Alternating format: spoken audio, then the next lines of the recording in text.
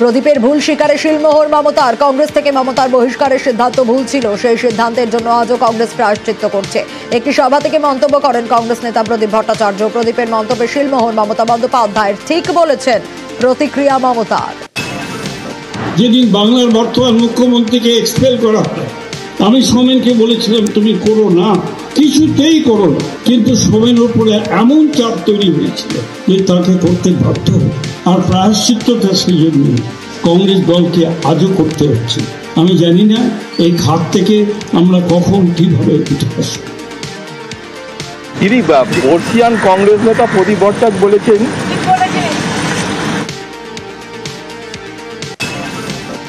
সামনেই গঙ্গাসাগর মেলা, তুঙ্গে প্রস্তুতি। সতর্ক রাজ্য। বাংলাদেশে অশান্তির জেরে অতিরিক্ত সতর্কতা।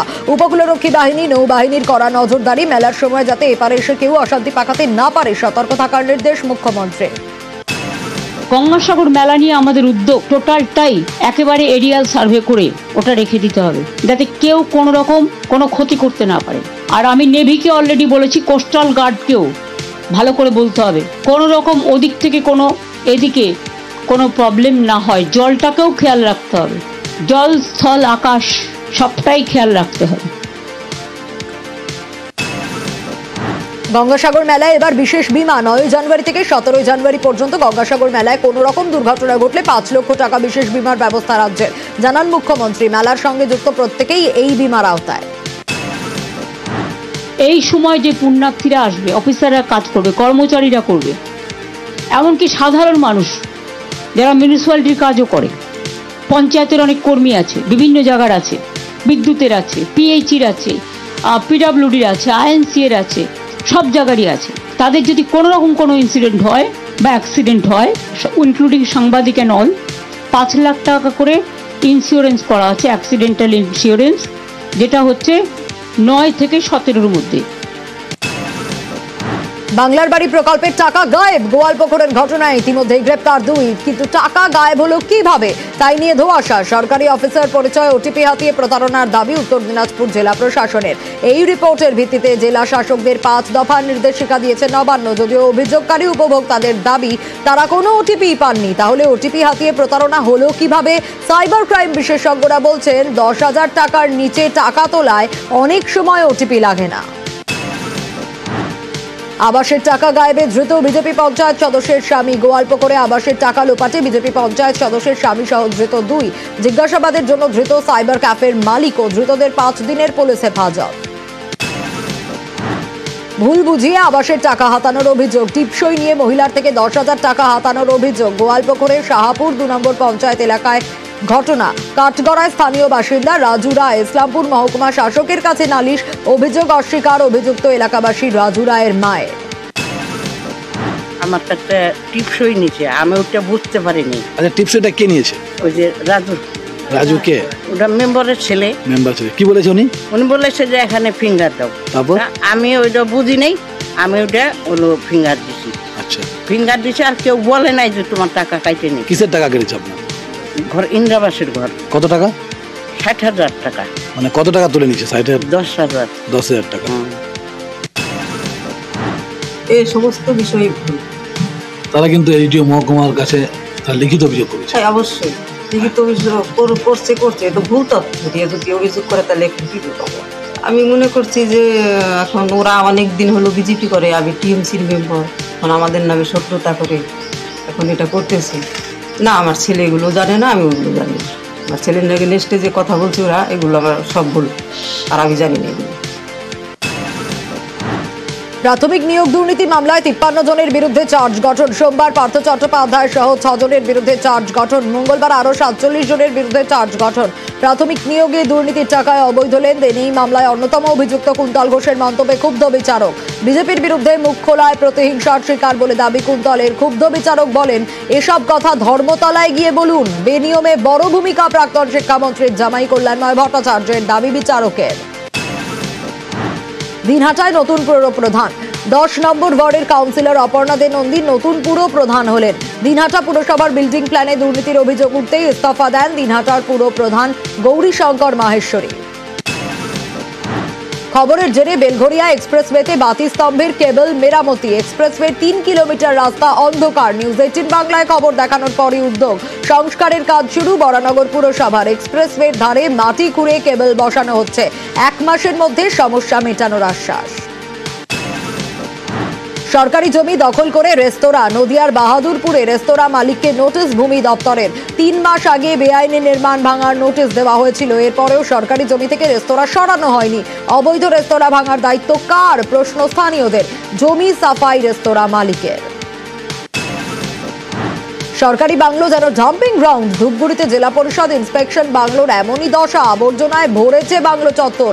নানা অনুষ্ঠানে এই বাংলো ভাড়া দেওয়া হয়, আবর্জনা থেকে ছড়ায় দুর্গন্ধ। নিকাশির উপর তৈরি হয়েছে বেসরকারি কোম্পানির পাঁচিল, ফলে জলমগ্ন রাস্তা। প্রায় 4 থেকে 5 বছর ধরে ভেলায় চেপে যাতায়াত। হুগলির শ্রীরামপুর উত্তরপাড়া ব্লকের পিয়ারাপুর পঞ্চায়েতে এমনই বেহাল অবস্থা, জমা জলে মশা মাছি, তা থেকে রোগের আতুর ঘর। এবার জল নিকাশির দাবিতে কারখানার গেটের দেওয়ালে পোস্টার গ্রামবাসীদের। কারখানার মালিক পুকুর বুঝিয়ে নিকাশির উপর পাঁচিল করেছে বলে অভিযোগ। প্রশাসনিক স্তরে চিঠি দিয়েও সুরাহা হয়নি, দাবি উপপ্রধানের। বাতিল হলো শেখ হাসিনার পাসপোর্ট, গ্রেপ্তারি পরোয়ানার পর এবার মুজিব কন্যার পাসপোর্ট বাতিল বাংলাদেশের তদারকি সরকারের। জুলাইয়ের আন্দোলনে গণহত্যার অভিযোগে পাসপোর্ট খারিজ আরো 74 জনের। মানুষ গুমের দায়ে নথি বাতিল আরো 22 জনের। গুমের সাথে সম্পৃক্ত এরকম অভিযোগে পাসপোর্ট বাতিল করা হয়েছে 22 জনের, এবং জুলাই হত্যাকাণ্ডের সাথে সম্পৃক্ত বা জুলাই হত্যাকাণ্ডের দায়ে অভিযুক্ত এমন 75 জনের পাসপোর্ট বাতিল করা হয়েছে ভারত সরকার থেকে। কিন্তু ইতিমধ্যে বলা হয়েছে যে ওনাদের ট্রাভেল ডকুমেন্ট ইস্যু করা হয়েছে।